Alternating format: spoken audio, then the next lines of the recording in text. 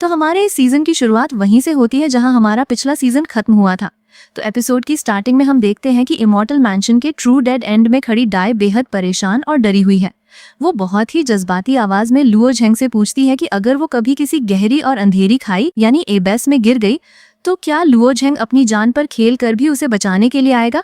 इससे पहले कि लुओ झेंग इस बात का कोई जवाब दे पाता, वहां पर सेंट क्लैन एंटिटी नामुदार होता है और कहता है कि वो दोनों अब अपनी मंजिल के बेहद करीब हैं। तभी वहां मौजूद एक शख्स बताता है कि हॉल मास्टर निंग की लाइफ फोर्स अब लगभग पूरी तरह खत्म होने की कगार पर है और उनकी हालत बेहद नाजुक है। अगर इस वक्त उनकी सोल को बिखरने से रोकना है तो उसका सिर्फ एक ही रास्ता बचा है और वो ये कि किसी को अपनी लाइफ फोर्स उनके अंदर ट्रांसफर करनी होगी। लेकिन ऐसा करने से उस शख्स की अपनी लाइफ स्पैन यानी जिंदगी के साल बेहद कम हो जाएंगे या वो मर भी सकता है। लुओ झेंग बिना एक पल भी गंवाए बेहद मजबूती से कहता है कि डी और उसकी जिंदगी अब हमेशा हमेशा के लिए एक दूसरे से बंध चुकी है, इसलिए उसके लिए अपनी लाइफ स्पैन की कोई अहमियत नहीं है। वो कहता है कि अगर ये ट्रू डेड एंड सच में एक ऐसा रास्ता है जहां से कोई जिंदा वापस नहीं निकल सकता, तो वो हॉल मास्टर निंग को बचाने के लिए अपने ही जिस्म के अंगों को ईंधन की तरह इस्तेमाल करेगा और अपने जिस्म के साथ साथ अपनी सोल को भी जला देगा ताकि वो उन सभी के लिए एक नया रास्ता खोल सके। लुओ झेंग का ये खौफनाक फैसला सुनकर वहां मौजूद लोग दंग रह जाते हैं और उसे रोकते हुए कहते हैं कि क्या वो अपना मानसिक संतुलन खो बैठा है। वो उसे चिल्लाते हुए मना करते हैं क्योंकि अगर उसने ऐसा किया तो वो पूरी तरह से तबाह और बर्बाद हो जाएगा और उसका वजूद हमेशा के लिए मिट जाएगा। लेकिन लुओ झेंग इस वक्त किसी की बात सुनने के मूड में नहीं है। उसके सिर पर अपनी साथी को बचाने का जुनून सवार है। वह गुस्से में दहाड़ते हुए कहता है कि अगर सेंट क्लैन के लोग इस सृष्टि के सारे नियमों और लॉज को चलाने के लिए यिन और यांग का इस्तेमाल करते हैं तो आज वह उन सभी के बनाए गए नियमों को छिन्न भिन्न कर देगा। वह खुद को दाव के साथ फ्यूज यानी एक मिक करने का ऐलान करता है। इस बेहद खतरनाक मोड़ पर Luo Zheng perfect void ordeal stage की ताकत का मुजाहिरा करता है। वो अपने अंदर यिन और यांग दोनों ऊर्जाओं को सोखने लगता है और उन्हें अपने कोर में समाकर एक नए कैओस को जन्म देने की कोशिश करता है ताकि सृष्टि का एक नया रास्ता बन सके। तभी वहां दुश्मन की एक अजीम ओ शान और ताकतवर आवाज गूंजती है जो उसे सप्रेस करने की कोशिश करती है। वो दुश्मन कहता है कि लुओ झेंग ने यिन और यांग के पवित्र संतुलन को बिगाड़ा है और ऐसा करके उसने सीधे तौर पर जन्नत यानी हेवन का अपमान किया है। इस गुस्ताखी की सजा सिर्फ मौत है और आसमान से उसे कुचलने और हमेशा के लिए खत्म करने के लिए एक बेहद भयानक और अजीम ऊर्जा नीचे आने लगती है। लुओ झेंग इस तबाही के सामने बिल्कुल निडर खड़ा रहता है और अपनी कल्टीवेशन के रास्ते पर टिके रहने का पक्का इरादा दिखाता है। उसका मानना है कि एक सच्चा कल्टीवेटर वही है जो हर तरह के इम्तिहान और मुश्किलात से गुजर कर भी अपने दिल को डगमगाने नहीं देता और इसी तरह एक शख्स सैकड़ों मुश्किलों पर फतह हासिल करके सबसे ऊपर निकलता है। वो बड़े बड़े पहाड़ों और समुंदर की बेरहम लहरों का सामना करने के लिए तैयार है। लोग चाहे उस पर जितना भी हंसे या उसका मजाक उड़ाए, वो उन सभी को पीछे छोड़ते हुए आगे बढ़ता चला जाएगा। सूरज और चांद की तेज आग भी उसके हौसले को ठंडा नहीं कर सकती क्योंकि सैकड़ों बार तराशी गई एक तलवार ही आसमान और जमीन के दो टुकड़े करने की ताकत रखती है। लुओ झेंग के अंदर एक ऐसी न झुकने वाली रूह और गुस्से से भरा घमंड जाग उठता है जो सीधे 9 हेवंस को चीरने के लिए तैयार है। वो एक जोरदार चीख के साथ दुश्मन के वार को तोड़ने के लिए अपनी पूरी ताकत झोंक देता है। उसके इस जुर्रत को देखकर दुश्मन गुस्से से पागल हो जाता है और उसे एक मामूली कचरा समझते हुए चिल्लाता है कि उसकी ये मजाल कैसे हुई। दुश्मन अपनी सबसे घातक technique yin yang fixed realm twin luminaries no return का इस्तेमाल करता है और एक शाही फरमान जारी करता है ताकि लुओ झेंग को जमीन दोज किया जा सके। लुओ झेंग इस भयानक हमले के सामने अपनी सबसे बेहतरीन और powerful move myriad sword star river heaven burying sword strike को रिलीज करता है। आसमान में हजारों तलवारों का एक पूरा समुंदर और सितारों की नदियां बन जाती हैं जो दुश्मन की तरफ बेहद तेजी से लपकती हैं। दोनों की ताकत जब आपस में टकराती है तो आसमान दहल उठता है। दुश्मन को लगता है कि लुओ झेंग की ये कोशिश बिल्कुल बेकार है और वह उसे मौत के घाट उतार देगा, लेकिन लुओ झेंग अपनी धांधली ताकत और उन्यलिंग स्पिरिट के साथ दुश्मन पर टूट पड़ता है। वह अपनी तलवार को इतनी शिद्दत से घुमाता है कि आसमान के बादल भी फटने लगते हैं। इस भयानक टकराव के दरमियान लुओ झेंग अपनी एक और गुप्त और निहायती खौफनाक टेक्निक कैस secret art severing light of 2 realms का इस्तेमाल करता है। ये एक ऐसी रोशनी थी जो 2 अलग अलग जहानों के दरमियान के फासले को हमेशा के लिए मिटा सकती थी और दुश्मन के हर एक वार को काट कर रख सकती थी। पूरे इलाके में एक अजीम रोशनी फैल जाती है जो दुश्मन की आंखों को चौंधिया देती है और आसमान में हलचल मच जाती है। अब हम अगले सीन में देखते हैं कि इस भयानक लड़ाई के बाद माहौल बदल चुका है। लुओ झेंग अब किसी नए सफर पर निकलने की तैयारी कर रहा है। वो बेहद गंभीर लहजे में कहता है कि वो आगे जिस जगह जा रहा है वो बेहद खतरनाक है और वहाँ जान का खौफ हर पल बना रहेगा। लेकिन उसकी साथी उससे साफ लफ्जों में कह देती है कि चाहे वो जगह पूरी तरह से एक जहन्नुम ही क्यों न हो, वो हर हाल में उसके साथ चलेगी। वो लुओ झेंग को समझाती है कि उसे हर एक मुश्किल और जिम्मेदारी को अकेले अपने कंधों पर उठाने की कोई जरूरत नहीं है, क्योंकि वो हर मोड़ पर उसके साथ खड़ी है। लुओ झेंग अपनी पहचान छुपाने के लिए एक नए रूप यानी डिस्गाइज्ड फॉर्म में होता है। वो बताता है कि उसने सुना है कि डिवाइन नेशन कॉन्टिनेंट पर एक स्वान्यू ऑफिस नाम की जगह है जो पूरी दुनिया से हर तरह की खुफिया जानकारियां और इंटेलिजेंस इकट्ठा करती है। इसलिए उन्हें सबसे पहले वहां जाना चाहिए ताकि वो अपनी मंजिल के बारे में मजीद मालूमात हासिल कर सकें। इस नए सफर पर निकलते हुए उन्हें कैओटिक स्टार सी को पार करना पड़ता है, जो कि बेहद अजीब और खतरनाक समुंदर है। पूरे 7 दिनों के लंबे और थका देने वाले सफर के बाद वो दोनों आखिरकार डिवाइन नेशन कॉन्टिनेंट के उसी मशहूर स्वान्यू ऑफिस के सामने पहुंच ही जाते हैं। वहां पर उनकी मुलाकात हुओ यूनर से होती है, जो कि परफेक्ट पासिंग स्टेज पर है और इस स्वान्यू ऑफिस की पवेलियन मास्टर भी है। लुओ झेंग बेहद एहतियात से उनके सामने एक नक्शे या निशानी को रखता है और कहता है कि वो इस मखसूस जगह को ढूंढ रहा है और क्या उन्हें इस बारे में कुछ पता है। हुओ यूनर उस निशानी को देखकर बेहद हैरान और परेशान हो जाती है और बताती है कि जिस जगह को वो ढूंढ रहे हैं वो दरअसल टियान्यू सीक्रेट रियल्म है, जो कि डिवाइन नेशन ऑफ यू का एक बेहद ममनू और रिस्ट्रिक्टेड जोन यानी फॉरबिडन जोन है। वहां जाना और उसके अंदर दाखिल होना किसी भी आम या खास इंसान के लिए हद से ज्यादा खतरनाक और मौत को दावत देने के बराबर है। हुओ यूनर उन्हें इस जगह के पीछे की सबसे खौफनाक तारीख बताती है। वो कहती है कि लगभग 1 सदी पहले यानी 100 साल पहले डिवाइन नेशन ऑफ टियानफेंग और डिवाइन नेशन ऑफ यू के बिल्कुल दरमियान बॉर्डर पर इस टियान्यू सीक्रेट रियल्म को ढूंढा गया था। इस रहस्यमयी जगह पर कब्जा करने और इसकी खोज करने के लिए दोनों ही मुमालिक ने अपनी अपनी अजीम फौजों को वहां भेजा था ताकि इसके अंदर छुपे खजानों और राजों को हासिल किया जा सके। लेकिन फिर कुछ ऐसा हुआ जिसका किसी को अंदाजा नहीं था। किसी अनजान और गुप्त वजह से डिवाइन नेशन ऑफ यू ने अचानक से अपने ही साथी डिवाइन नेशन ऑफ टियनफेंग पर पीछे से हमला कर दिया और उन्हें धोखा दे दिया। इस खौफनाक और खूनी जंग का नतीजा ये निकला कि टियनफेंग नेशन पूरी तरह से तबाह और बर्बाद हो गया और उसका नामो निशान मिट गया। लुओ झेंग बेहद हैरानी से पूछता है कि आखिर ऐसी क्या चीज थी जिसने इतनी बड़ी तबाही मचाई। हुओ यूनर बताती है कि उस महान युद्ध के दौरान डिवाइन एम्परर यू ने अपनी बेहद अजीम और धांधली ताकत का मुजाहिरा करते हुए पूरे मैदान ए जंग को हिलाकर रख दिया था। उस युद्ध को खत्म हुए 100 साल बीत चुके हैं, लेकिन उस दौरान जो भयानक ऊर्जा के झटके पैदा हुए मैकेनिकल शॉकवेव्स थीं, वो आज तक वहां से खत्म नहीं हुई हैं। उन्हीं शॉकवेव्स ने मिलकर वहां पर एक बेहद जहरीली और मौत बनने वाली मायस्मा यानी एक जहरीली गैस का गुब्बार बना दिया है जो पूरे इलाके को घेरे हुए है। इस जहरीली मायस्मा के अंदर सिर्फ वही कल्टीवेटर जिंदा दाखिल हो सकता है जिसकी कल्टीवेशन कम से कम डिवाइन सी स्टेज या उससे ऊपर की हो। अगर कोई इससे कम ताकत का कल्टीवेटर वहां जाने की कोशिश करेगा तो वो मायस्मा उसके जिस्म और रूह को पल भर में गला कर रख देगी। लुओ झेंग ये सुनकर सोच में पड़ जाता है क्योंकि उसकी कल्टीवेशन इस वक्त उस लेवल पर नहीं है। इसलिए वो पूछता है कि क्या इस जहरीली गैस से बचने का कोई और रास्ता या तरीका नहीं है।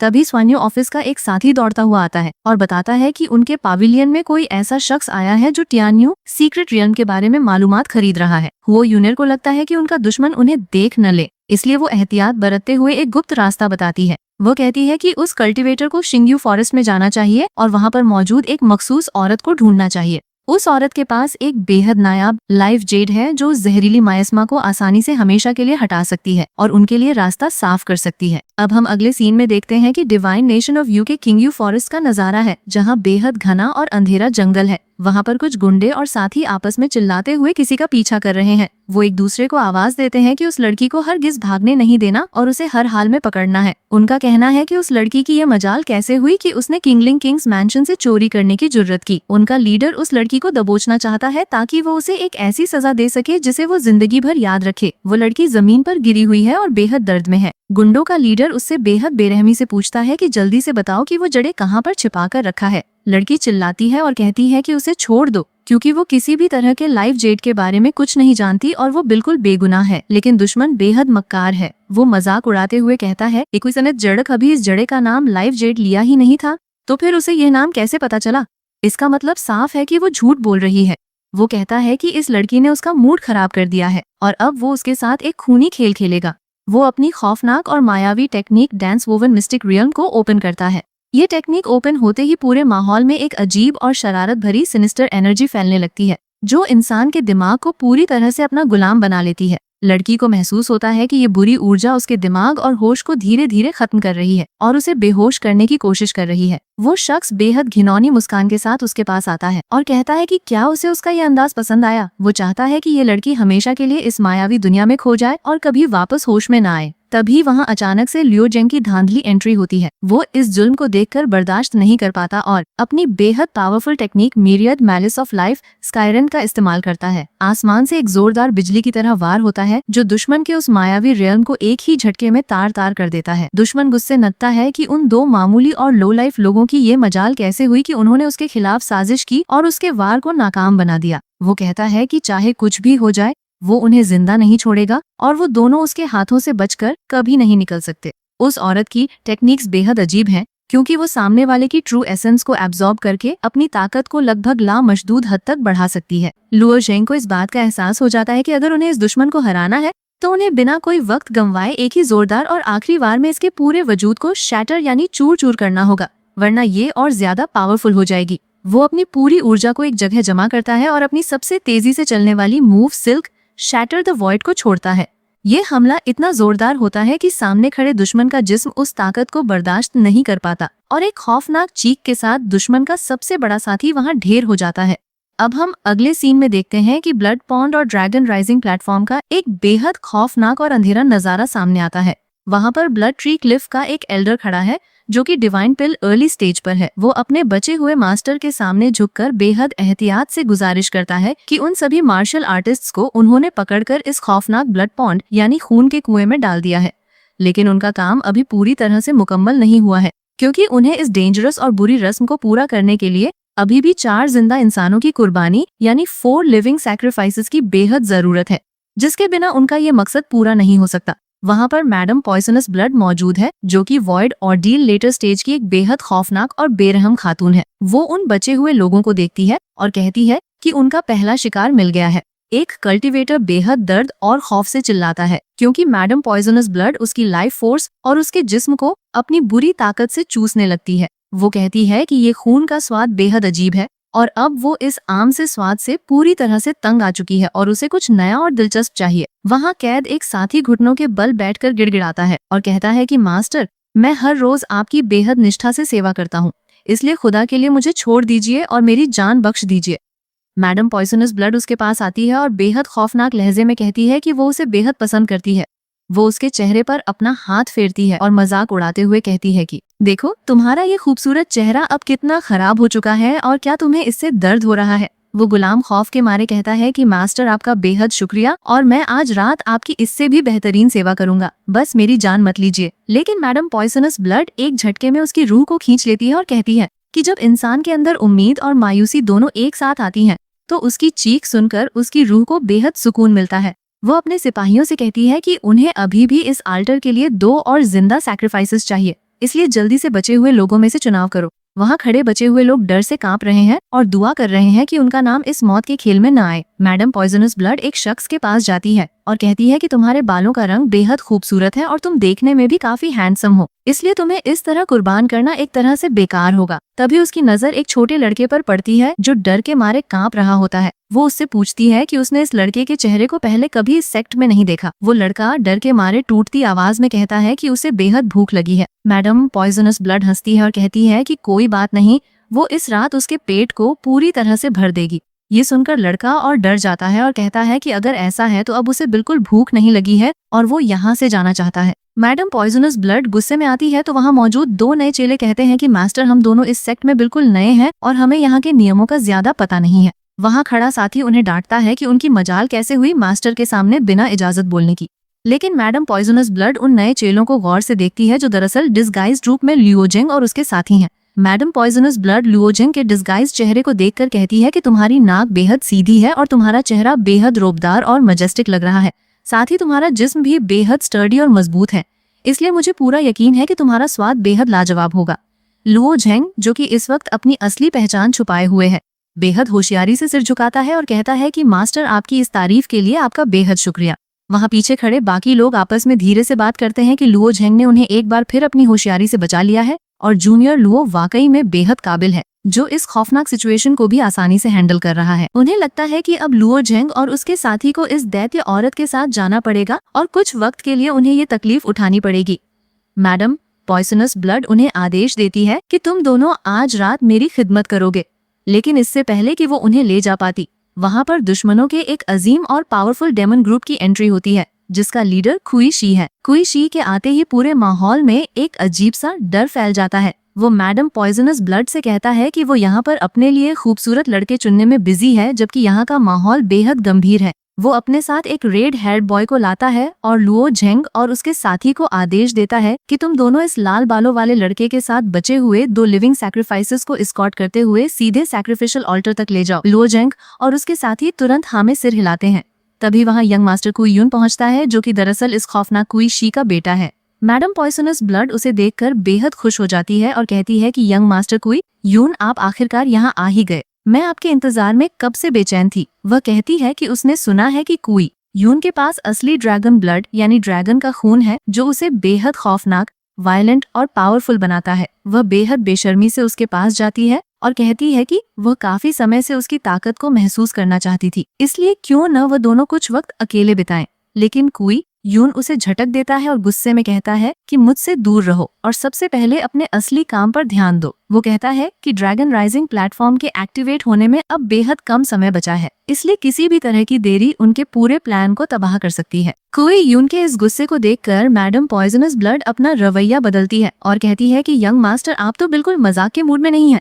चलिए, मैं आपके इस महान मिशन में कोई रुकावट पैदा नहीं करूंगी। वो लुओ झेंग और बाकी लोगों को आदेश देती है कि इन लिविंग सैक्रिफाइसेस को तुरंत आल्टर पर चढ़ा दिया जाए। लुओ झेंग सोचता है कि ये उनके लिए एक बेहद बेहतरीन मौका है, जहां से वो बिना किसी शक के सीधे ड्रैगन राइजिंग प्लेटफॉर्म के बिल्कुल करीब पहुंच सकते हैं। वो अपने साथी को इशारा करता है कि वो दोनों इन कैदियों को एस्कॉर्ट करने का नाटक करें ताकि कोई उन पर शक ना कर सके। वो एक कैदी को डांटता है कि चुपचाप अल्टर की तरफ चलो।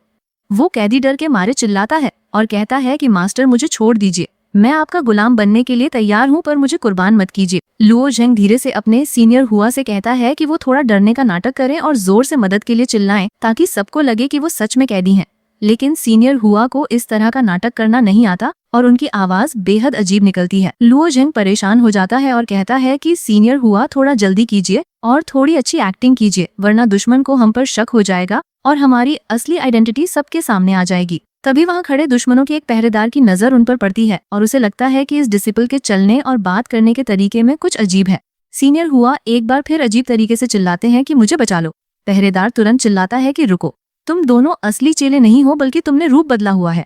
लुओ झेंग समझ जाता है कि उनका भेद अब खुल चुका है और वो पकड़े गए हैं। वो बिना एक पल गंवाए चिल्लाता है कि अब सीधे ड्रैगन राइजिंग प्लेटफॉर्म की तरफ भागो। वो दोनों तेजी से ऑल्टर की तरफ लपकते हैं, जबकि दुश्मन उनके पीछे भागते हैं। लुओ झेंग मजाक में सीनियर हुआ से कहता है कि आपकी मदद मांगने की आवाज बिल्कुल भी सच्ची नहीं थी, इसीलिए हम पकड़े गए। सीनियर हुआ कहते हैं कि तुमने ही तो मुझे ऐसा करने के लिए कहा था। दुश्मनों का लीडर गुस्से में चिल्लाता है कि ये दोनों दरअसल क्लाउड हॉल के कचरा लोग हैं जो यहाँ छुप कर आए हैं, इन्हें जिंदा मत छोड़ना और तुरंत कैप्चर कर लो। लुओ झेंग अपने साथी से कहता है कि आप आगे बढ़िए, मैं इन दुश्मनों को पीछे से देखता हूँ और उनका रास्ता रोकता हूँ। वो अपनी सबसे तेज मूव 1000 लीफ पाम का इस्तेमाल करता है, जहाँ से हजारों हाथों के साए निकलते हैं और दुश्मनों पर टूट पड़ते हैं। दुश्मनों का लीडर हंसता है और कहता है कि क्या तुम लोग स्पिरिट इल्यूमिनेशन स्टेज के कल्टिवेटर से भी सही से नहीं निपट सकते। उसका कहना है कि जब इंसान पूरी तरह से मायूस होता है और उसके अंदर से उम्मीद खत्म हो जाती है, तो उसके खून का स्वाद और भी बेहतरीन हो जाता है। वो उन्हें बेरहमी से मारने का आदेश देता है। तभी वहाँ खड़ा ब्लड ट्री क्लिफ का डिवाइन पिल स्टेज का एक अजीम एल्डर सामने आता है। लुओ झेंग समझ जाता है कि इसकी ताकत बेहद ज्यादा है, इसलिए वो चिल्लाता है कि हमें अपनी पूरी ताकत को एक साथ मिलाकर इस पर हमला करना होगा, वरना हम यहाँ से जिंदा नहीं निकल पाएंगे। दुश्मन अपनी सबसे डेंजरस टेक्निक 9 पॉइजन ब्लड सेंटिपीडी को छोड़ता है, जहाँ से हजारों जहरीली सेंटिपीडीज निकलने लगती हैं। उसके जवाब में लुओ झेंग और उसके साथी अपनी अपनी powerful techniques rolling wind, lingering cloud, light and dark activation और मिंकिंग एरे को एक साथ छोड़ते हैं।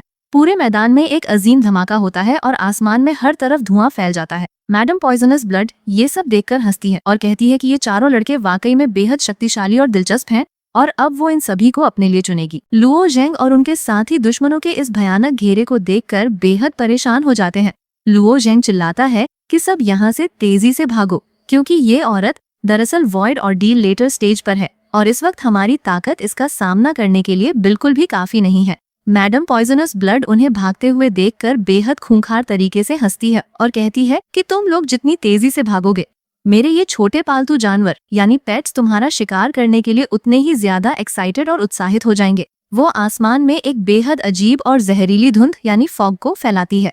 सीनियर हुआ चिल्लाते हैं कि इस जहरीली धुंध से बचकर रहो क्योंकि ये आम धुंध नहीं है। मैडम पॉइजनस ब्लड कहती है कि मुझे तुम चारों लड़के बेहद पसंद आए हो, लेकिन ये बेहद अफसोस की बात है कि इस ड्रैगन राइजिंग प्लेटफॉर्म को एक्टिवेट करने के लिए मुझे सिर्फ एक और जिंदा सैक्रिफाइस की जरूरत है। वो मजाक उड़ाते हुए कहती कि चलो देखते हैं कि मेरे ये छोटे पालतू जानवर तुम चारों में से किसे अपने शिकार के रूप में चुनते हैं। लुओ झेंग गौर करता है और देखता है कि इस जहरीली धुंध की वजह से दुश्मन की टेंटिकल्स यानी वो खौफनाक डंक बेहद तेजी से हील हो रहे हैं और दोबारा जी उठ रहे हैं। वो कहता है कि अगर हमें यहाँ से निकलना है तो सबसे पहले इस धुंध को खत्म करना होगा। लुओ झेंग का साथी बताता है कि उसने अपनी पिछली टेक्निक में बहुत ज्यादा ट्रू एसेंस खर्च कर दी है, जिसके वजह से अब उसके पास बिल्कुल ताकत नहीं बची है। तभी दुश्मन की टेंटिकल्स उनके साथी बेली को पकड़ लेती हैं। मैडम पॉइजनस ब्लड चिल्लाती है कि तुम ही मेरे आखिरी जिंदा सैक्रिफाइस बनोगे। बेली डर से चीखता है और लुओ झेंग से कहता है कि तुम लोग मुझे यहीं छोड़कर भाग जाओ और मेरी चिंता मत करो। लेकिन लुओ झेंग अपने साथी को इस तरह मौत के मुंह में नहीं छोड़ सकता।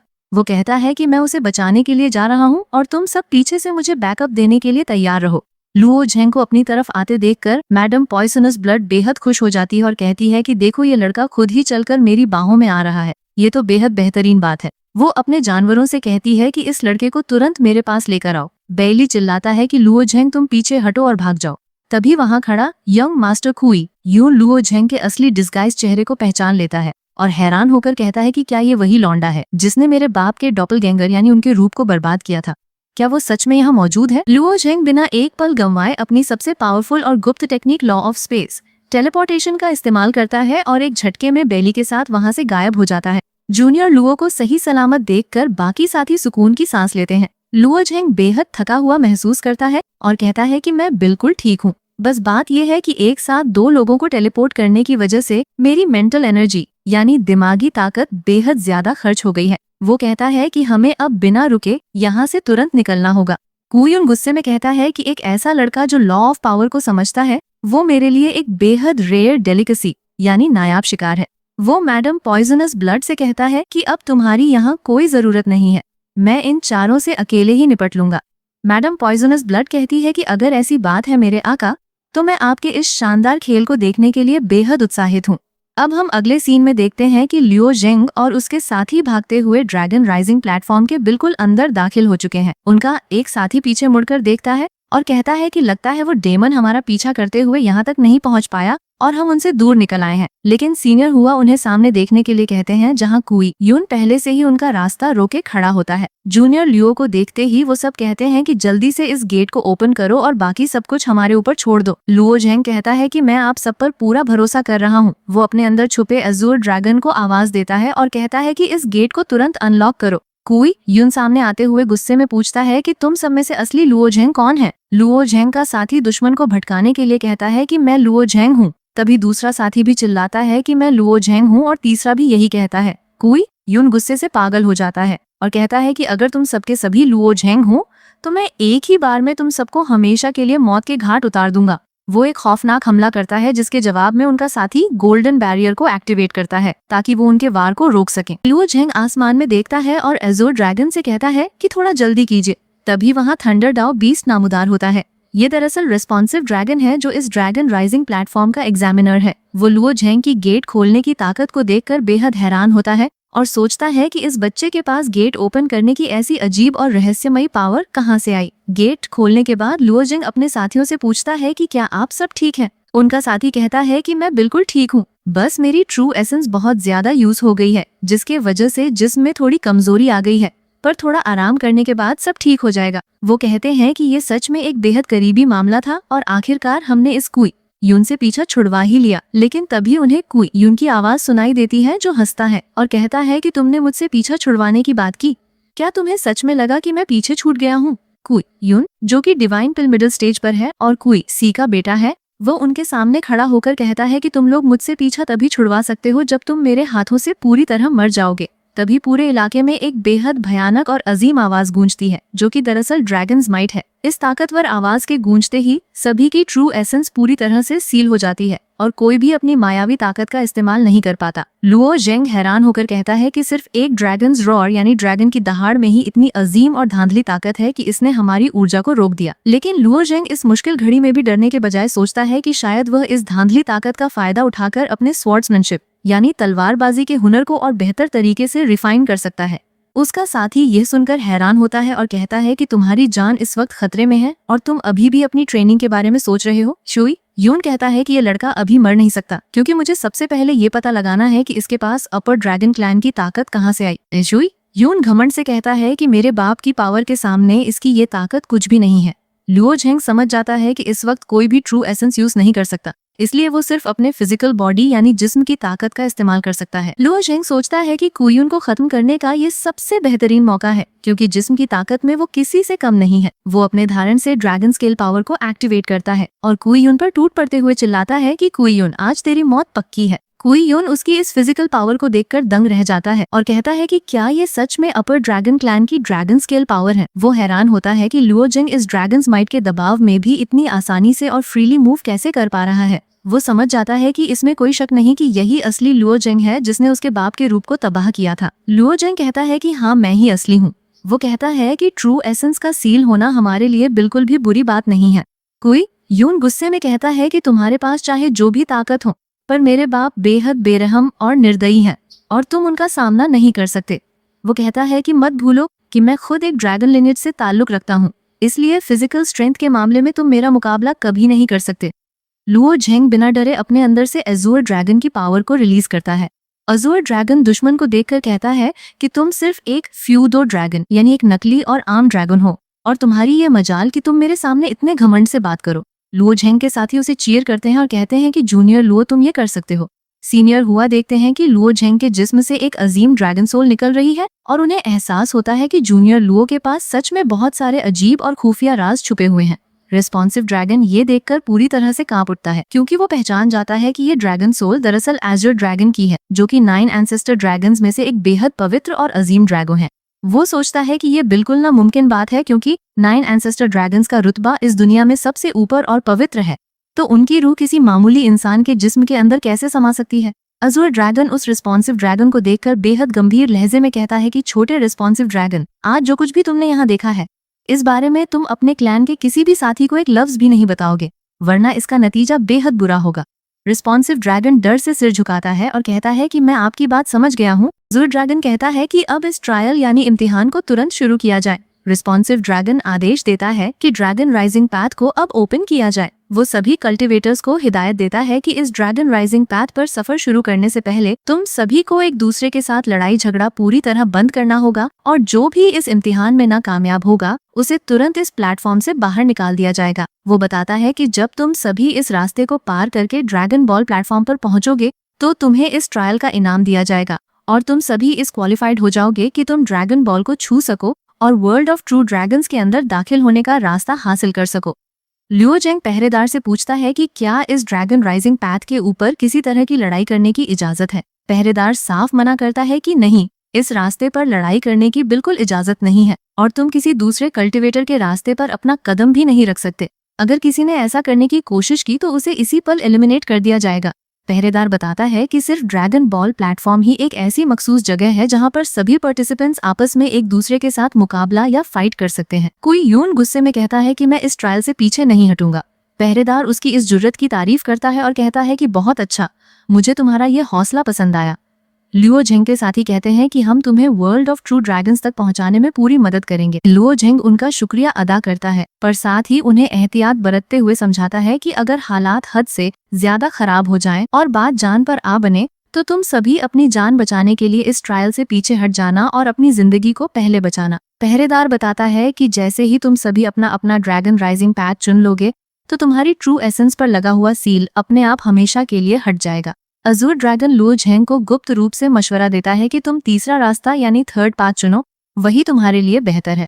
लुओ झेंग के साथ ही उसे अलविदा कहते हैं और उम्मीद जताते हैं कि वो सही सलामत ड्रैगन बॉल प्लेटफॉर्म पर पहुंचेगा और वो सब उसका फिनिश लाइन पर इंतजार करेंगे। अब हम अगले सीन में देखते हैं कि क्लाउड हॉल के अंदर का नजारा है। वहाँ पर मौजूद लोग बात कर रहे हैं कि ऐसा लगता है कि दुश्मन को पहले ही उनके आने की भनक लग गई थी और वो समय रहते ही वहाँ से भाग निकला है। लेकिन भागते हुए भी उसने जानबूझकर एक चिट्ठी यानी नोट छोड़ा है, जिसमें उसने खुद को Lord of the eastern region बताया है और उसके इरादे बेहद बड़े हैं। हॉल मास्टर कहते हैं कि मैं पहले से जानता था कि वो क्लाउड हॉल की जिम्मेदारी तुम्हें सौंपने के मेरे फैसले से बेहद नाखुश था, पर मुझे इस बात का बिल्कुल अंदाजा नहीं है कि वो इतना ज्यादा गिर जाएगा कि अपने ही फायदे के लिए उन डेमंस के साथ हाथ मिला लेगा और उनके साथ साजिश करेगा।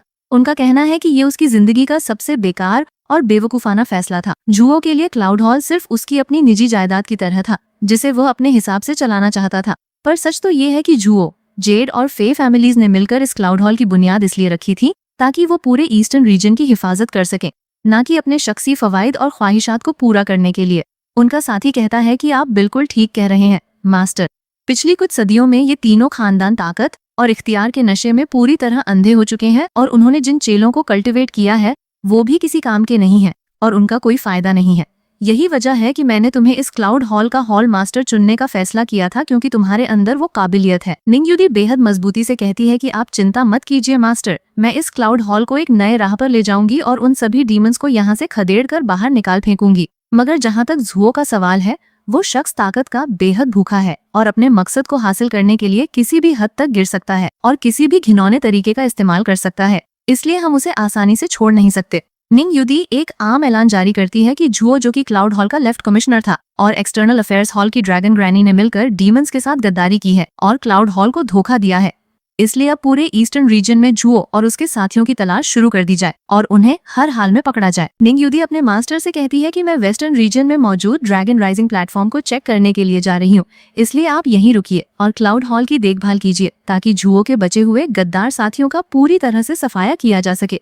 उनके मास्टर उन्हें एहतियात बरतते हुए अपना ख्याल रखने के लिए कहते हैं। अब हम अगले सीन में देखते हैं कि एक शाही महल का नजारा है, जहां पर एक आली ज़हा को खबर दी जाती है कि क्लाउड हॉल ने पूरे खित्ते में एक अरेस्ट वारंट जारी किया है, जिसमें वो क्लाउड हॉल के लेफ्ट कमिश्नर मिस्टर जुओ और उनके साथियों को ढूंढ रहे हैं और उनके स्केचेस यानी पोर्ट्रेट्स भी महल में भेज दिए गए हैं। आली ज़हा इसकी वजह पूछता है तो साथी बताता है कि उन्होंने डीमंस के साथ मिलकर अपने ही चेलों पर जुल्म किया है और गद्दारी की है। आली ज़हा तुरंत आदेश देता है कि इस पूरे इलाके में आदेश फैला दिया जाए कि जो कोई भी उन गद्दारों को पकड़वाएगा उसे 1000 सोने के सिक्के यानी 1000 गोल्ड टाइल्स का इनाम दिया जाएगा। वहाँ पर दुश्मनों के ठिकाने पर एक चेला अपने बाप से गिड़गिड़ाता है कि पिताजी, मुझे अपने बड़े भाई की मौत का बदला लेने की इजाजत दीजिए और मुझे इतनी ताकत दीजिए कि मैं उस लुओ झेंग को खत्म कर सकूं। उसका बाप उसे देखता है और कहता है कि लगता है तुम दोनों भाइयों के दरमियान सच में बेहद गहरा और मजबूत रिश्ता था। वो उसे ऊपर देखने के लिए कहता है और अपनी एक गुप्त और खौफनाक टेक्निक ट्रांसफर करता है, जो दरअसल डेमंस की एक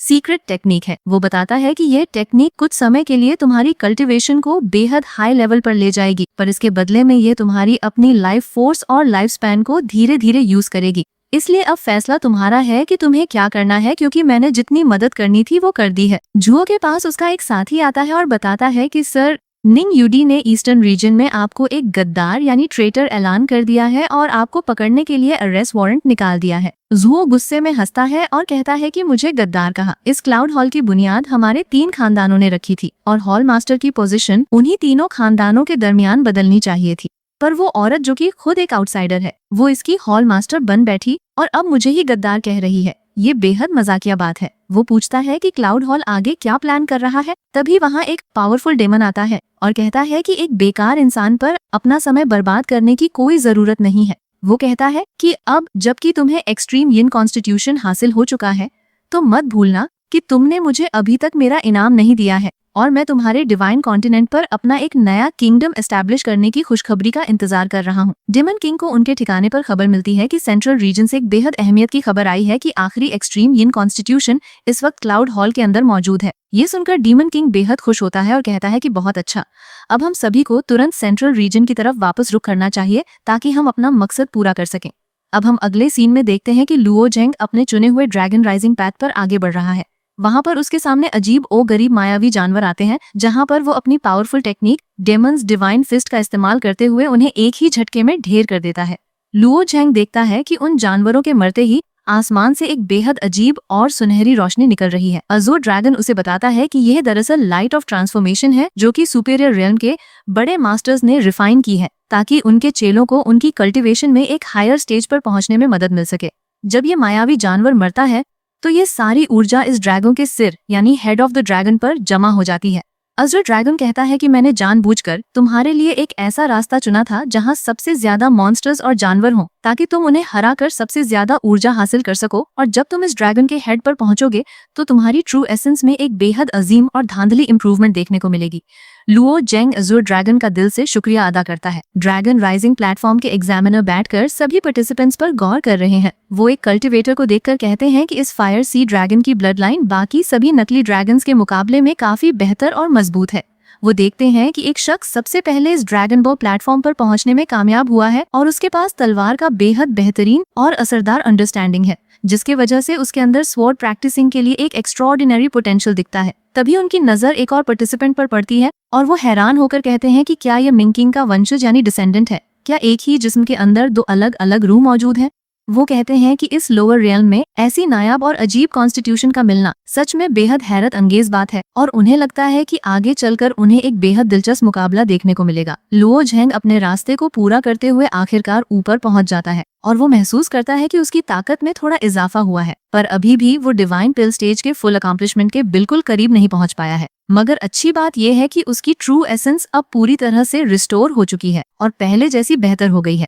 वो सोचता है कि शायद उसे वॉइड ऑर्डियल स्टेज पर पहुंचने का मौका अब इस वर्ल्ड ऑफ ट्रू ड्रैगन्स के अंदर ही मिल पाएगा। एग्जामिनर लियो जेंग को देखकर कहते हैं कि तुम पहले पार्टिसिपेंट हो जो इस प्लेटफॉर्म पर सही समय पर पहुंचने में कामयाब हुए हो, और अब इस ड्रैगन बॉल को छूकर तुम सीधे वर्ल्ड ऑफ ट्रू ड्रैगन्स में दाखिल हो सकते हो। लियो जेंग उनसे पूछता है कि क्या इस इम्तिहान की कोई टाइम लिमिट यानी समय की सीमा है। एग्जामिनर मना करते हैं कि नहीं, पर अगर तुम एक बार इस प्लेटफॉर्म को छोड़कर चले गए तो तुम्हें इस ट्रायल से एलिमिनेट कर दिया जाएगा। लियो जेंग समझ जाता है कि जैसा उसने सोचा था बिल्कुल वैसा ही है, इसलिए वो फैसला करता है कि वो वहां जाने से पहले अपने दुश्मनों को यहीं पर हमेशा के लिए खत्म कर देगा। कुई यून भी वहां पहुंच जाता है और हंसता है कि लुओ झेंग, आज तुम सभी का इस दुनिया में आखिरी दिन है और तुम अब बच नहीं सकते।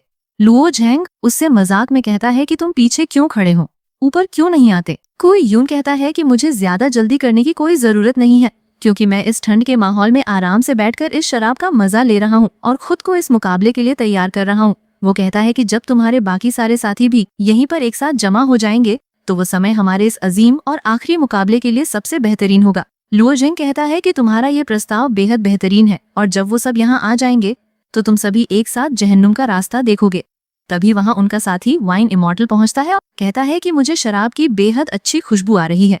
कुई यून कहता है कि तुम इस ड्रैगन के हेड से नीचे मत उतरना, वरना ये तुम्हारे लिए बुरा होगा। वाइन इमॉर्टल कहता है कि मैं यहाँ काफी समय से हूँ और मैंने इस शराब का पूरा मजा लिया है, और अब हम लुओ जेंग को वर्ल्ड ऑफ ट्रू ड्रैगन्स में भेजने के लिए पूरी मदद करेंगे। कुई यून गुस्से में चिल्लाता है कि अब जबकि तुम सब यहाँ एक साथ जमा हो ही चुके हो तो नीचे आओ और अपनी मौत को गले लगाओ। मुकाबला शुरू होते ही कुई यून अपनी सबसे घातक मूव्स प्रजना, पाल्म और रोलिंग विंड लिंगरिंग क्लाउड का एक साथ इस्तेमाल करता है, जहाँ से बेहद पावरफुल ऊर्जा निकलती है।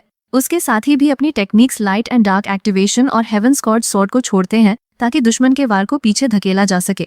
कुई यून चिल्लाता है कि तुम सभी बेहद एहतियात से काम लो, क्योंकि सामने वाला बेहद मक्कार है। वो पहले साथी के पास जाता है और कहता है कि तुमने ही पहले दावा किया था ना कि तुम लुओ झेंग हो, तो चलो सबसे पहले मैं तुम्हें ही जहन्नुम भेजता हूँ। वो एक जोरदार वार करता है, पर सामने वाला कहता है कि क्या तुम मुझे इस मामूली हमले से मारना चाहते हो? ये तो बेहद स्लो है। वो अपनी स्वॉर्ड ऑफ हेवन से उसके वार को काट देता है। कुई यून अपनी पावरफुल मूव सौरा सील को छोड़ता है, जो सीधे उनके साथी सोल सेपरेटेड फायर ड्रैगन पर लगती है, और वो दर्द से चिल्लाता है। वाइन इमॉर्टल डर जाता है, पर कुई यून हंसता है कि क्या तुम लोग मुझसे बचने के लिए किसी डाइवर्जन टैक्टिक यानी भटकाने की कोशिश कर रहे हो, पर तुम्हारी ये चालाकी मेरे सामने बिल्कुल बेकार है। लुओ झेंग अपनी लॉ ऑफ स्पेस टेलीपोर्टेशन का यूज करके दुश्मन के पीछे आता है, पर कुई यून मुस्कुराता है कि मैं पहले से जानता था कि तुम यहाँ आओगे, क्योंकि जब तक मैं इस लॉ ऑफ स्पेस के बदलाव पर नजर रखूंगा तुम मेरे हाथों से बच नहीं सकते, और अब मैंने तुम्हें पकड़ लिया है और तुम यहाँ से भाग नहीं सकते। कुई यून के इस अचानक और तेजी से किए गए वार के सामने लुओ झेंग और उसके साथी बेहद मुश्किल में पड़ जाते हैं। कुई यून गुस्से में कहता है कि तुम अब इस लॉ ऑफ स्पेस के बदलाव को समझने के बावजूद मेरे हाथों से बच नहीं सकते, और अब तुम्हारी मौत पक्की है। वो अपनी पूरी ऊर्जा के साथ उन पर शूट करता है, जिसके वजह से उनका साथी बेली दर्द से चीख उठता है। कुयुन उनका मजाक उड़ाते हुए बेहद घमंड से हंसता है और कहता है कि ये इंसानियत नस्ल सच में बेहद बेचारी, कमजोर और वुल्नरेबल है, जो मेरे एक ही वार के सामने टिक नहीं पाती। जूनियर लुओ को परेशान देखकर उनका साथी याओ ये अचानक से जाग उठता है और बेहद गुस्से में कहता है कि तुम लोग जिस तरह से बार बार मेरी नींद खराब कर रहे हो, इसने मुझे बेहद परेशान और पिस्ड ऑफ कर दिया है। वो कुई यून की तरफ देखते हुए कहता है कि ओ डैडीज बॉय, अब तुम मेरी इस गुस्से से भरी रेज का स्वाद चखने के लिए तैयार हो जाओ। कुई यून उसकी ताकत को बदलते हुए देखकर हंसता है और कहता है कि तो आखिरकार तुम एक ही जिस्म के अंदर दो रूह रखने वाले एक लूनेटिक यानी पागल इंसान हो। मुझे इस बात को मानना पड़ेगा कि तुम्हारी ये ताकत सच में कुछ अजीब और एक्स्ट्रॉर्डिनरी है। याओ ये हंसता है और कहता है कि हाँ, मैं बिल्कुल एक पागल हूँ और तुम जैसे मूर्ख ने मेरी नींद को खराब करने की जुर्रत की है। कुई यूनुस की इस बदलती हुई ताकत पर गौर करता है और कहता है कि तुम अभी जिस स्टेज पर हो उसके हिसाब से तुम्हारी इस दूसरी रूह की कैपेसिटी और ताकत सिर्फ आधे घंटे यानी हाफ एन आवर के लिए ही काम कर सकती है, और जैसे ही तुम्हारी ये ताकत ठंडी पड़ेगी और वाने होगी, वही पल तुम सभी की मौत का आखिरी पल होगा।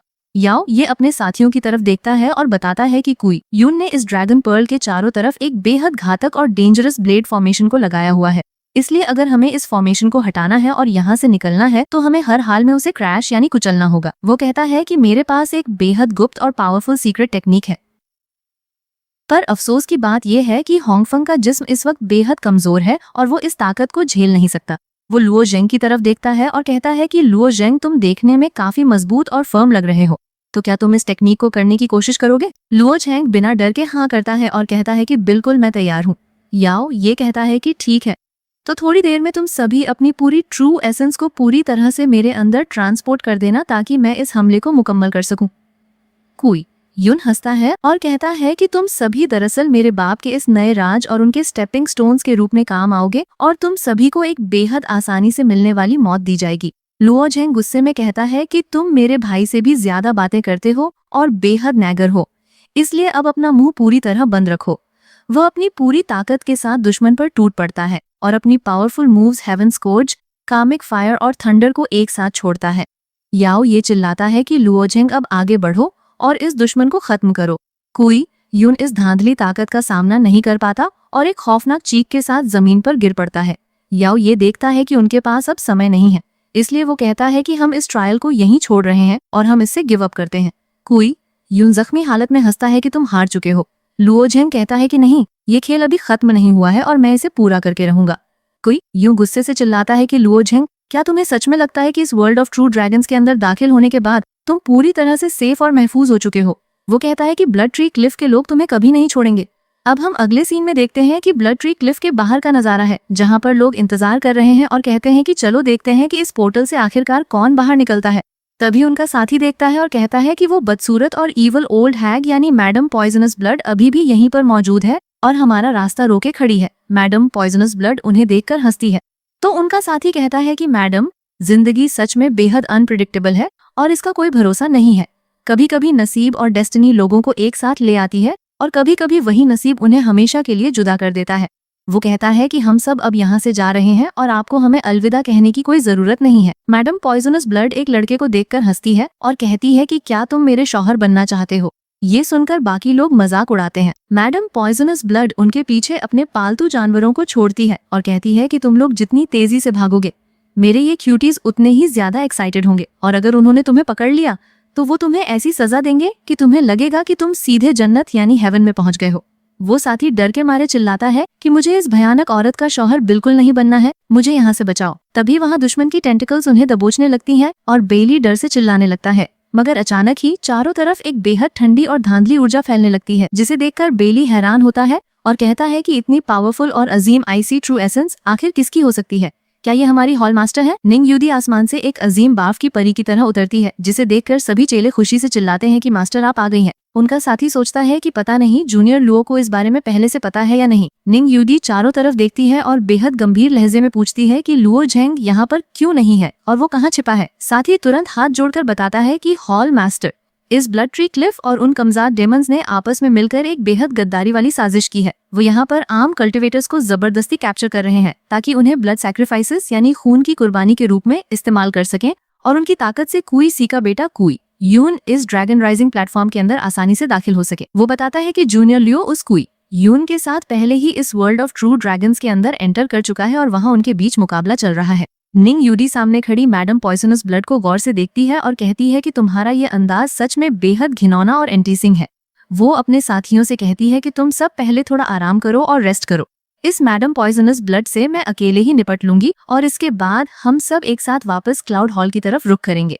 चेले हाँ में सिर हिलाते हैं। मैडम पॉइजनस ब्लड निंग यूडी को देखकर बेहद घमंड से हंसती है और कहती है कि खूबसूरत दाई, मैं काफी समय से तुम्हारे बारे में ख्वाब देख रही थी और मुझे इस बात का बिल्कुल अंदाजा नहीं था कि तुम खुद चलकर मेरी बाहों में इस तरह चली आओगी। ये तो बेहद अच्छी बात है। निंग यूडी गुस्से में कहती कि मैडम पॉइजनस ब्लड, एक इंसान होने के बावजूद तुम्हें इस तरह डेमंस के साथ मिलकर गद्दारी करने और एक ऐसा जल्लाद बनने में जरा भी शर्म नहीं आई जो ना तो पूरी तरह इंसान है और ना ही डीमन। वो कहती है कि तुम सिर्फ उन डीमंस के हाथों की एक कठपुतली हो। मैडम पॉइजनस ब्लड हंसती है और कहती है कि उन डीमंस ने मुझे पूरे खित्ते पर राज करने का लालच दिया है और मेरे ये क्यूटीज जितना चाहे उतना इंसानी खून आसानी से चूस सकते हैं, इसलिए मैं इस शानदार ऑफर को कभी ठुकरा नहीं सकती थी। निंग यूडी कहती है कि तुम सच में बेहद मूर्ख और स्टूपिड हो। कोई शीख बेहद बेरहम, क्रूअल और बदलने वाला शख्स है और वो अपना वादा कभी पूरा नहीं करेगा।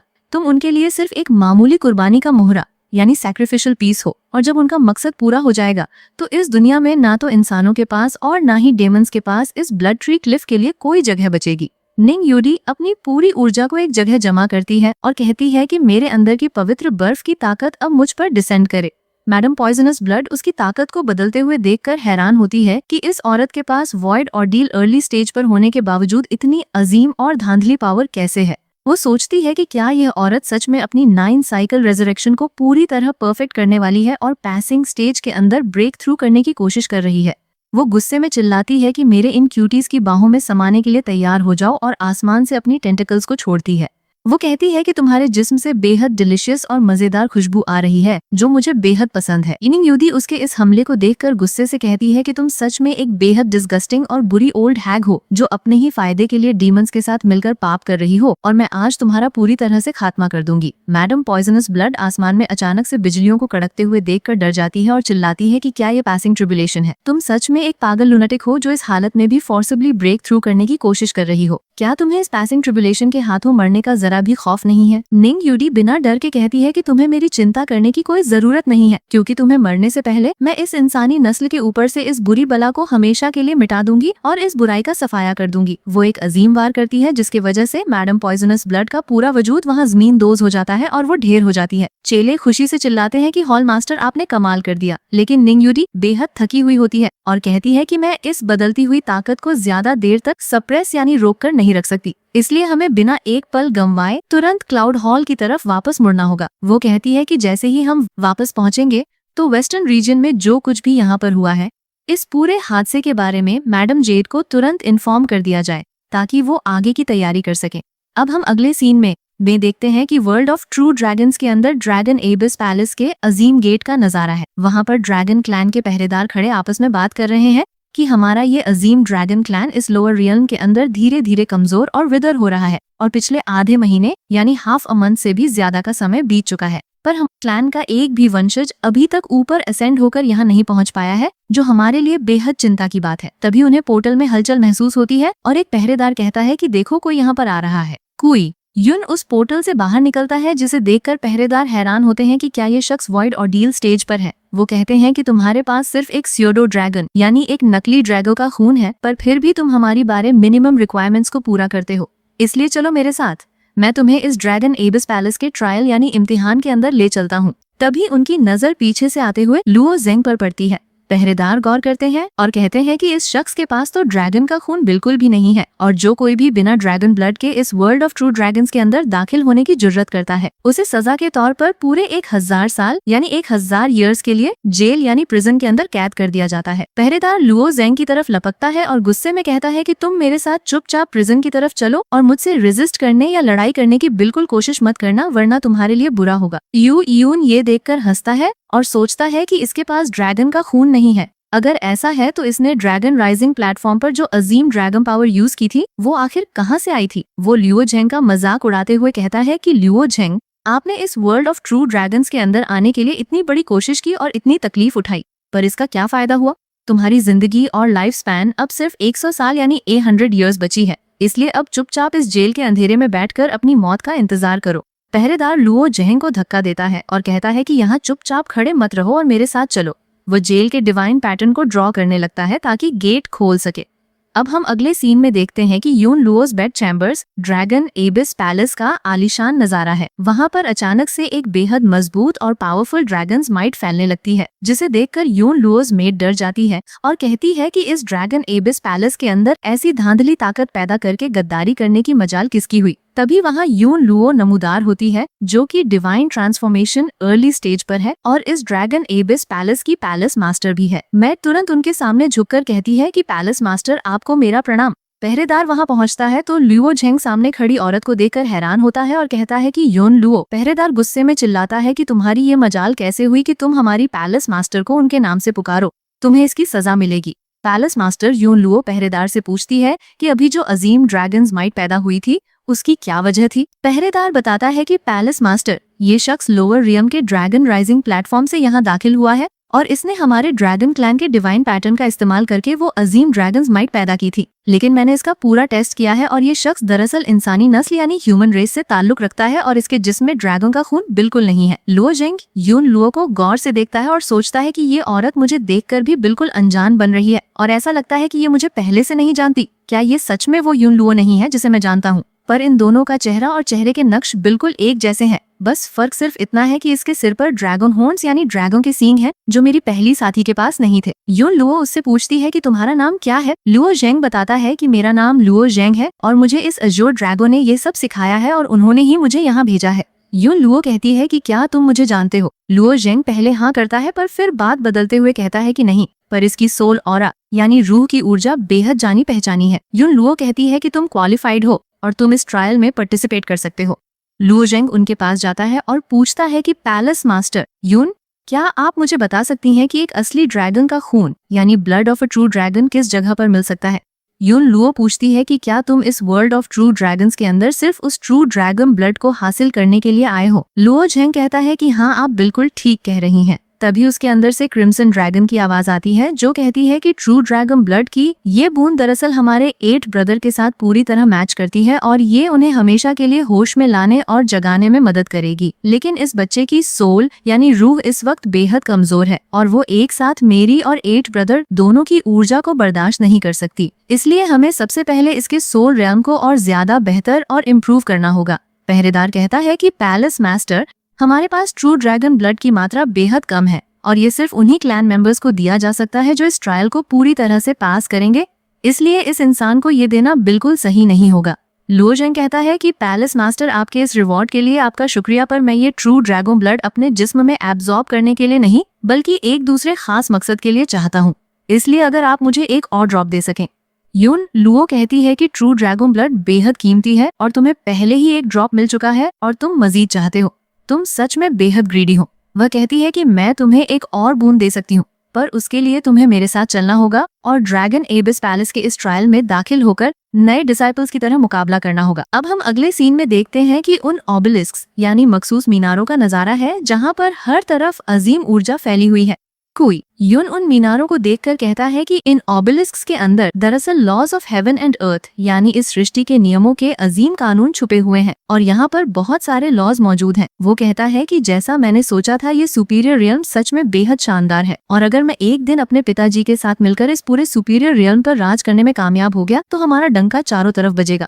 तभी वहाँ बाकी पार्टिसिपेंट्स बात करते हैं कि देखो, वहाँ पर लॉर्ड शू युएक्वांग आ रहे हैं। वो कहते हैं कि ये दरअसल ड्रैगन क्लैन के एक बेहद अजीम टैलेंट है, जो आज इस ऊंचाई पर असेंड होकर पहुंचे हैं और इन जैसा गुणी कल्टीवेटर लोअर रियम में कोई दूसरा नहीं है। ये सदियों में पैदा होने वाले एक महान जीनियस हैं। शू युएक्वांग, जो कि एक्सट्रीम स्पिरिट इल्यूमिनेशन स्टेज पर है, वो हंसता है और कहता है कि तुम सब थोड़ा धीरे बोलो और शोर मत मचाओ।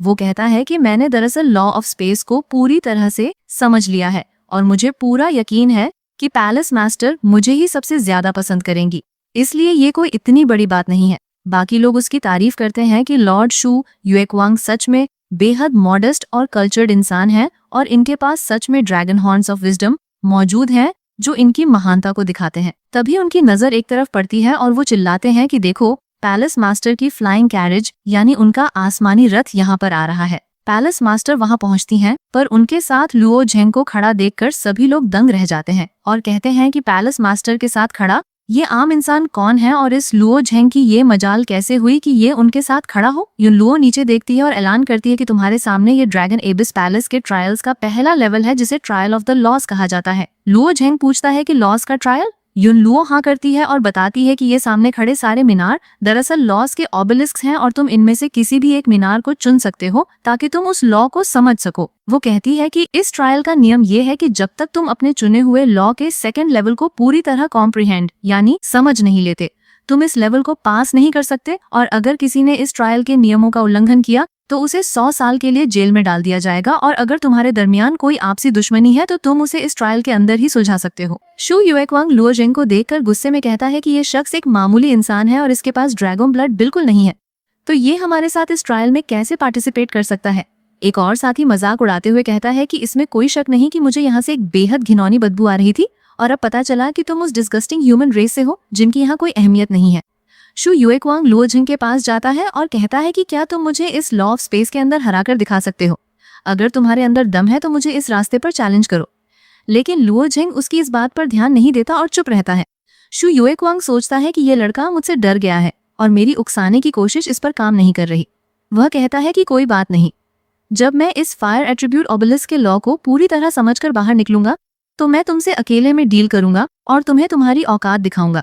चारों तरफ के लोग लुओ झेंग के बारे में गलत बातें फैलाने लगते हैं कि जरूर इसके पास किसी लो लेवल ड्रैगन का खून होगा और इसने कोई ऐसी घिनौनी टेक्निक सीखी है जिसे यूज करके ये भोले कल्टीवेटर्स और फीमेल कल्टीवेटर्स को सिड्यूस करता है, और इसी वजह से लोअर रियम में इसका पीछा किया जा रहा था और ये जान बचाकर इस वर्ल्ड ऑफ ट्रू ड्रैगन्स के अंदर छुपने के लिए आया है। उनका कहना है कि इसने जरूर हमारी पैलेस मास्टर को भी अपने जाल में फंसाया है। ये सच में बेहद बेशर्म और शेमलेस टॉय बॉय है। शू युएक्वांग कहता है कि मुझे ऐसे टॉय बॉय से बेहद नफरत है और मैं आज इसे एक ऐसा सबक सिखाऊंगा जिसे ये हमेशा याद रखेगा। बाकी लोग चिल्लाते हैं कि लॉर्ड शू युएक्वांग सच में एक महान और सच्चे इंसान है और वो इस बेशर्म को मजा चखाकर हमारे ड्रैगन क्लैन की असली आबरू और एबिलिटी को सबके सामने दिखाएंगे। अब हम अगले सीन में देखते हैं कि उस ऑबेलिस्क के अंदर मौजूद एक अलग ही ट्रायल स्पेस का नजारा है जहाँ हर तरफ अजीब ओ गरीब पत्थर और ऊर्जा फैली हुई है।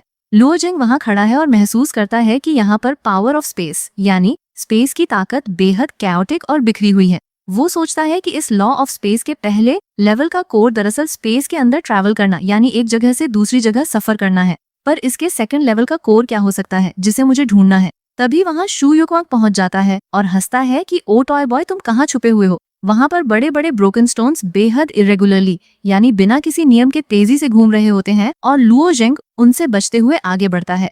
शू युएक्वांग उसके सामने अचानक से आ जाता है और कहता है कि आखिरकार मैंने तुम्हें ढूंढ ही लिया।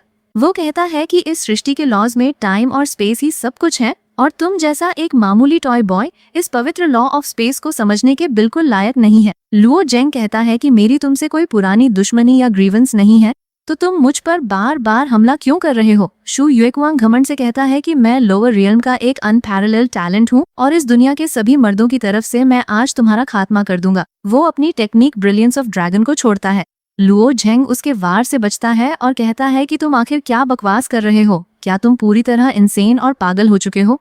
शू युएक्वांग गुस्से में चिल्लाता है कि डिस्कस्टिंग ह्यूमन, तुम्हारी ये मजाल कि तुम मेरा अपमान करो, और वो अपनी मूव कोलाइडिंग स्टार्स को छोड़ता है। लुओ झेंग कहता है कि तुम्हारी ये टेक्निक बेहद टेरिबल और बेकार है, तुम सच में बेहद रूड और वल्गर हो और यहाँ पर किसी तरह का जस्टिस नहीं है। पर शू युएक्वांग चिल्लाता है कि अपना मुंह बंद रखो और जमीन पर गिरकर मुझसे माफी मांगो। लुओ झेंग देखता है कि वहाँ पर कुछ स्पेस पैसेजेस मौजूद हैं और वो उनका यूज करके वहाँ से निकल जाता है। शू युएक्वांग कहता है कि तुम मुझसे बचकर नहीं भाग सकते और मैं पैलेस मास्टर को तुम्हारी असलियत दिखाकर रहूंगा। लुओ झेंग ऊपर देखता है जहाँ एग्जिट का रास्ता होता है, पर वहाँ तक पहुँचने के लिए उसे उन प्यूमिस स्टोन्स यानी तैरते हुए पत्थरों के दरमियान से गुजरना होगा जिनका कोई निश्चित पैटर्न नहीं है। लुओ झेंग समझ जाता है कि जब तक वो इस कैओटिक लॉ ऑफ एनर्जी को पूरी तरह अपने कंट्रोल में नहीं कर लेता वो आगे नहीं बढ़ सकता। वो अपनी पूरी ऊर्जा को एक जगह रोकते हुए चिल्लाता है कि फ्रीज यानी यहीं पर रुक जाओ। उसके ऐसा कहते ही सारे पत्थर एक पल में रुक जाते हैं और लुओ झेंग खुशी से कहता है कि मैं समझ गया हूँ कि इस सेकंड लेवल का असली कोर दरअसल स्पेस स्टैग्नेशन यानी स्पेस को एक जगह रोक देना है। तभी शू युएक्वांग पीछे से आता है और कहता है कि टॉय बॉय, मैंने तुम्हें फिर से पकड़ लिया है। लुओ झेंग कहता है कि तुम फिर आ गए, तुम सच में बेहद जिद्दी हो। शू युएक्वांग अपनी लाइट ऑफ विजडम से हमला करता है, पर लुओ झेंग हंसता है कि तुम्हारे अंदर मुझे कोई विजडम दिखाई नहीं देती और वो अपनी move law of space teleportation और स्टैग्नेट का यूज करके उसके वार को हटा देता है और उसके ड्रैगन हॉर्न्स को पकड़कर एक झटके में तोड़ देता है। शू युएक्वांग दर्द से चीखता है कि तुमने मेरे पवित्र सींग तोड़ दिए। अगर तुम एक असली मर्द हो तो सामने आकर फाइट करो और भागो मत। लुओ जेंग हंसता है कि ठीक है, जैसा तुम चाहो, और वो एक जोरदार मुक्का उसके हेड पर मारता है। शू युएक्वांग जख्मी होकर नीचे गिरने लगता है, जहां पर अचानक से एक खौफनाक ब्लैक होल यानी गैदरिंग एक्सटिंक्शन ड्रैगन सक्शन पैदा हो जाता है जो उसे अंदर खींचने लगता है। शू युएक्वांग डर के मारे चिल्लाता है कि मुझे बचा लो। लुओ जेंग अपनी move law of space level 2 space stagnation का यूज करके उसे उस मौत के मुंह से बचा लेता है। शू युएक्वांग हैरान होकर पूछता है कि तुमने मेरी जान क्यों बचाई। लुओ जेंग कहता है कि तुमने ही तो अभी मुझे मदद के लिए पुकारा था और हमारे बीच कोई असली दुश्मनी नहीं है, तो हम एक दूसरे को जान से क्यों मारें। शू युएक्वांग ये देखकर पूरी तरह दंग रह जाता है कि लुओ जेंग ने न सिर्फ लॉ ऑफ स्पेस के सेकंड लेवल को समझ लिया है, बल्कि वो इसके परफेक्ट स्टेज पर पहुंच चुका है। तभी वहां पोर्टल खुलता है और दूसरा साथी सामने आते हुए गुस्से में कहता है कि लुओ जेंग तुम यहाँ फिर आ गए, पर तुम चिंता मत करो, मैं तुम्हें छोड़ूंगा नहीं। और इसी के साथ हमारा ये वाला पार्ट यहीं पर खत्म होता है। तो मिलते हैं इसके अगले पार्ट के साथ। तब तक के लिए अगर वीडियो पसंद आई हो तो चैनल